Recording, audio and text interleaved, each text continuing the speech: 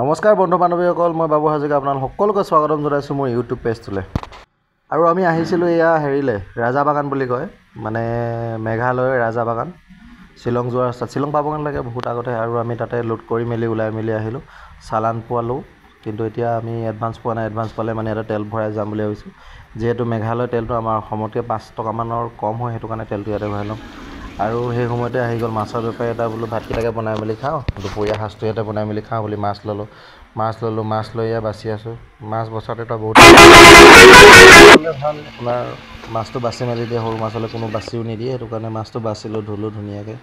আৰু এতিয়া খাই বৈ আমি ইয়াতে যাম, ওলাই যাম, সন্ধিয়া হ'ব চাগে। আৰু তেতিয়ালৈকে মাছৰ লগত দিলোঁ এয়া লাও, আলু, বিলাহী, সেয়াই আৰু তেনেকৈ বনাই মেলি খালোঁ। খাই বৈ এতিয়া আমি ইয়াৰ পৰা ওলাই যাম বুলি ভাবিছোঁ। আৰু আমাৰ চব্জি দেখিছে, এয়া বিলাহী, আলু, লাও, আৰু ইয়াৰ পৰা আমি ধুনীয়াকৈ বনাই মেলি খাই বৈ ধুনীয়াকৈ ওলাই যাম বুলি ভাবিছোঁ। এয়া আমাৰ চব্জি হৈ গ'ল ৰেডি। এতিয়া ইয়াতে মাছ দি দিলোঁ, পানী দিলোঁ, মাছ দিলোঁ, আৰু আমাৰ ভাত খাবলৈ হৈ গ'ল ৰেডি।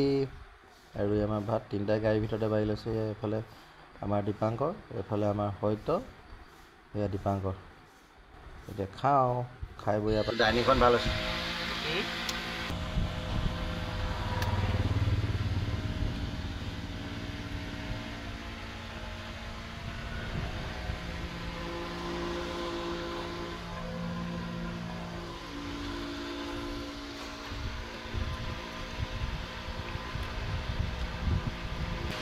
খাओ पियो घूमो फिरो जिंदगी ऐश करो, रुपया নহ'লে ধাৰ करो।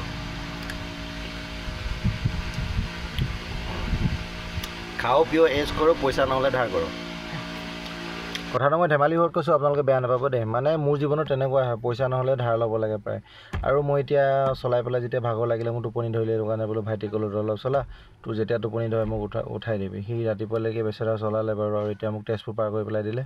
ৰাতিপুৱা চাওক, মই এতিয়া বালিপৰা পাৰ হ'লোঁ, আৰু সিহঁতি চাওক পূৰা শুই আছে দুইটা, একদম কাপোৰ কানি নাই, আৰু গৰমত চোতত তেনেকৈ শুই আছে। মই ফেনখন লগাই পেলাই আহি আছোঁ। আপোনাৰ এয়া চাওক, বালিপাৰা পাৰ হৈ পেলাই এডোখৰ পালোঁ। কি ধুনীয়া ৰাস্তা কৈছোঁ নহয়, আল্টিমেট। আগতে মই ভালুকপুং যোৱা নাছিলোঁ, ৰাস্তাটো ইমান ধুনীয়া নহয়, চাৰিওকাষে হাবি, একদম এনেকুৱা লাগিছে যে মই একদম কাজিৰঙাৰ মাজতহে সোমাই আছোঁ।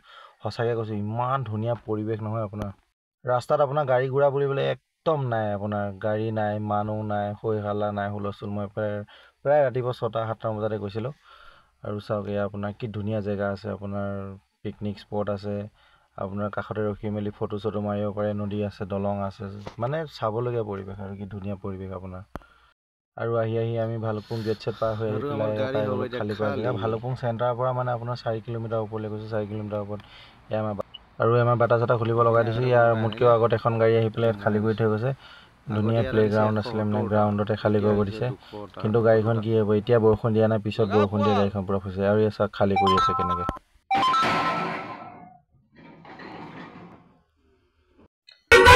আমাৰ গাড়ীখন খালী কৰি থাকোঁতে 50টামান খালী কৰাৰ পিছতে আপোনাৰ দবাব এটা বৰষুণ আহিলে। বৰষুণ দিয়াৰ পিছত গাড়ীখন উলিয়াবলৈও নহ'লে, ফিল্ডত ভৰাই থোৱা আছিলে, সেনেকুৱা বেয়াকৈ ফচিলে মানে। মই কৈছোঁ দাদাহঁতক ক'লোঁ গাড়ীখন খালী কৰি লোৱাৰ পিছত। সিহঁতি ক'লে নহয় বোলে, গাড়ীখন অকণমান আগলৈ দি দে, খালী কৰিবলৈ পিছফালৰ পৰা বোলে টানিবলৈ অকণমান অসুবিধা হৈছে, অকণমান আগলৈ দি দে। আগলৈ দিয়াৰ পিছত গাড়ীখন একেবাৰে বহি থাকিলে। বহাৰ পিছত এতিয়া গাড়ী নোলায়। মই বোলো তহঁতি খালী কৰি লওঁ, খালী কৰাৰ পিছতহে উলিয়াম আৰু। তাৰপিছত এতিয়া দেখিছে সোমাওঁতে কি ধুনীয়া ৰাস্তা আছিলে, এতিয়া দেখিছোঁ পূৰা একদম পানী। তেওঁ মই কৈছোঁ অকণ লিকটো কাটি দিয়ক, কাটি দিয়াৰ পিছত হয়তো অকণ ওলাব পাৰে, অকণ আগলৈ হিলাই চাম। কিন্তু নাই, নহ'লে বহুত জোৰ দি পেলাই চালোঁ। মানে আপোনাৰ যিহেতু গাড়ীখন অকল 202টা খুঁটা আনিছিলোঁ, 202টাৰ পৰা অকল 50টা খালী কৰিলোঁ। মানে এটা খুঁটাৰ ৱেইট আপোনাৰ কমচে কম 1 কুইণ্টেল 4 কেজি, 1 কুইণ্টেল 5 কেজি তেনেকৈ আছিলে। গতিকে মোৰ গাড়ীখনত 20 টন 21 টনমান ৱেইট আছিলে। 21 টনৰ এতিয়া 50টা খুঁটাত খুব বেছি 5 টন আনিছে, 15-16 টন মাল আছেই। গতিকে যিমানে কোমল হৈছে, আগলৈ হিলাইছোঁ সিমানে নাই, বস্তুটো বহি গৈ আছে। অৱশেষত উপায় নাই, তেনেকৈ থৈ দিলোঁ। দাদাহঁতে তেনেকৈ কষ্ট কৰি মেলি খালী কৰিলে। আৰু ৰাতিলৈ ট্ৰেইলাৰ এখন আছিলে, তাতে 12 চকীয়া ট্ৰেইলাৰ এখন, ফ'ৰ হুইলখন মাতি আনিলোঁ। ইয়াৰ আগৰ ট্ৰিপটো যে মালখিনি পেলাই দিছিলে, এইখনে পেলাইছিলে, তেওঁলোকৰ নিজৰ গাড়ী, কোম্পানীৰ গাড়ী। আৰু এতিয়া ফ'ৰ হুইলখন অহাৰ পিছত তাৰপিছতে চেইন চব আছিলে। তো ল'ৰাজন আমাৰ লখিমপুৰৰে হয়, আমাৰ মিচিং ল'ৰা, আপোনাৰ নামটো মনোৰঞ্জন, তাকো বহুত ধন্যবাদ দিছোঁ। আৰু ইয়াত চাওক গাড়ীখন এনেকৈ নোলায়, আৰু সৰু হ'লে মানে তাত ঘূৰি আছে চুচৰি আছে সেইকাৰণে মই